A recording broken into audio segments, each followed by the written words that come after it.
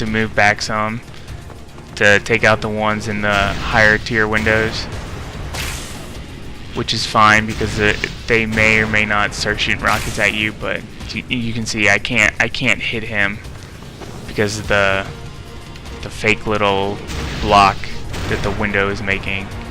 Just kind of dumb, but whatever. You can see a head there. Probably not going to be able to hit him though.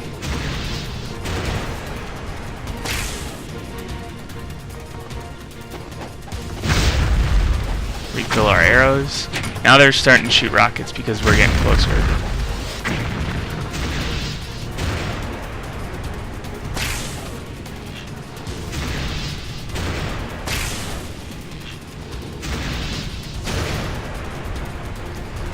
I think that's all of them.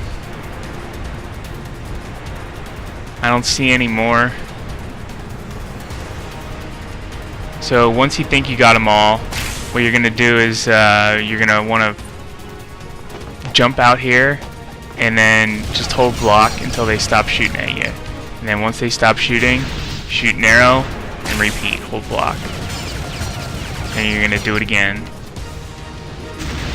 They take 2 arrows to kill. Pretty easy. Not too difficult. As long as you're holding block. If you don't hold block, you're gonna take a ton of damage because these things are so accurate and they just plow through your health. I guess I actually kind of lied about the hardest part of the level. Hardest part of the level is actually coming back up, or coming up. So we'll get there when we get there. Now there is I think it's a mushroom up here. Could be wrong. Yeah, there's another mushroom. So you can use 2 Nimpo if you want. I don't have 2 Nimpo. Getting confused as to where I'm supposed to go. It's okay. I didn't use 2 Nimpo. You don't have to use 2 Nimpo. So, you know, it's up to you. Anyway, this part of the game is probably the hardest. There's going to be a room full of incendiary shuriken ninjas, and there's going to be 6 of them at a time. They are very difficult. You can see I changed my costume for this because this is an epic fight. Easiest way to do this is to use the scythe. I'm a stubborn ass and I want to show off, so I'm going to use the Tonfa. I just love the Tonfa. They're probably my favorite weapon, and they have an awesome combo into an ultimate technique, which is the flying swallow, having justice cancel into the ultimate right there. And it just tears them apart. It really does.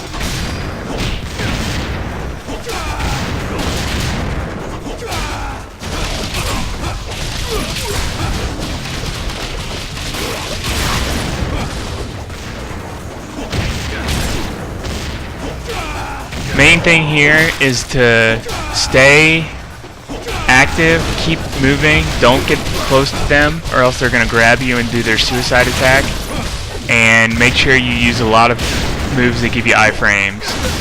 Another good technique for this room is the dragon sword, and just spam flying swallows. It's going to take you a while if you do it that way, but it will help, especially if you're not as good at keeping your iframes going and not taking damage. So I've got barely any life left. I'm gonna see if I can pull this out.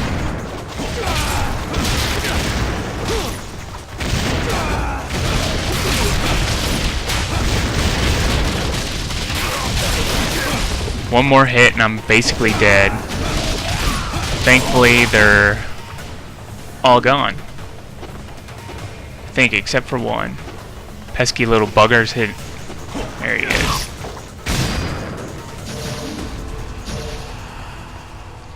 Alright, so we took care of those guys. It wasn't too bad. We didn't lose too much health, about half health. And we're gonna move on.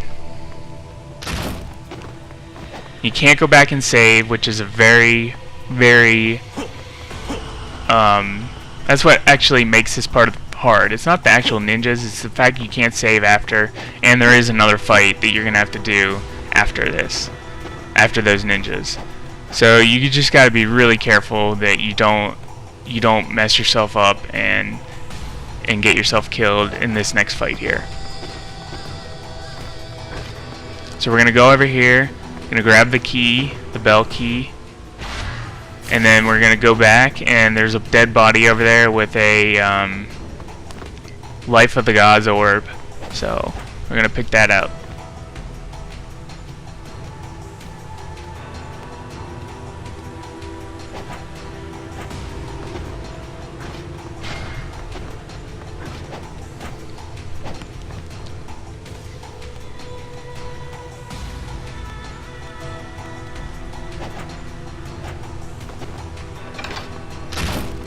So just open the door and jump down.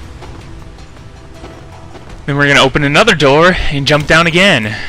Now we're in the train. Now this is where you can lose your life and get killed. Not this part, but the part coming up. Just throw some incendiary not incendiary shurikens, just regular shurikens. Kill these bats. They should give you some health. Probably not too terribly much. A good idea is to save a bat or two for some orbs for when you spawn the next fight, and then you can set up a quick ultimate technique. However, I decided not to do that, and it nearly cost me my life. But that's okay. We'll take our chances. So you're gonna run out here. It's kind of hard to tell where they spawn, but the music will change and they'll spawn. So just throw a few incendiary shurikens at them to slow them down a bit. It's not going to do too terribly much, but it should help you a little bit. And I missed my technique there, so that kind of sucks. And come back in here. You should have time to charge an ultimate. Just be careful, because sometimes they stagger in like that. See how they kind of staggered in? It was a little unfortunate, but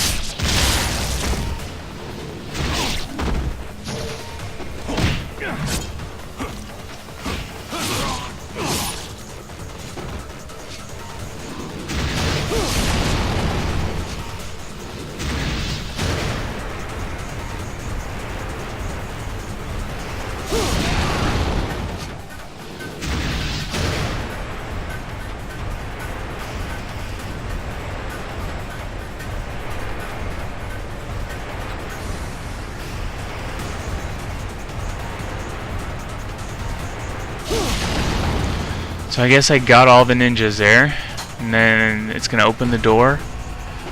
We're gonna, can't remember, do I? Yeah, I think I go in there and get what is needed. Gosh, can't talk. Maybe not. All right, so we're gonna go up and save. We're gonna equip our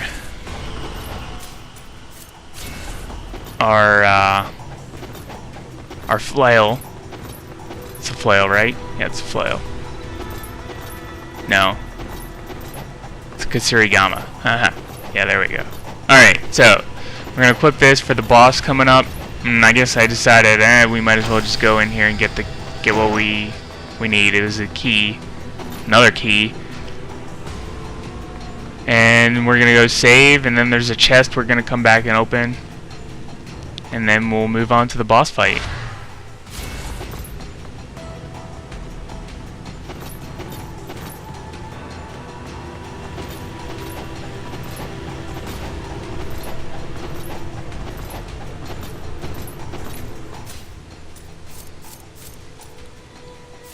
Equip our Void Nimpo just because there's some mech warriors that we need to kill, and it's easier if you use Void Nimpo to take them out. You can take them both out at the same time with a Void Nimpo, so I think that's the easiest way to do it.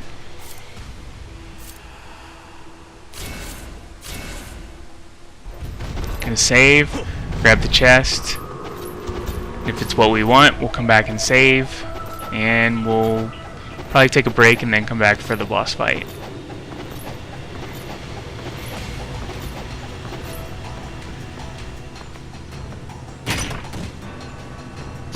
There's one chest. And we got one more over here. That one can either be ghost fish or essence. Probably more beneficial to get essence, but you know.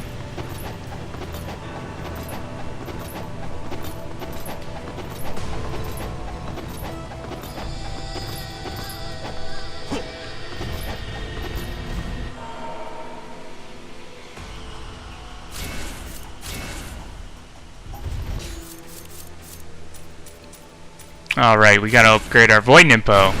Can't do much damage if we don't upgrade it.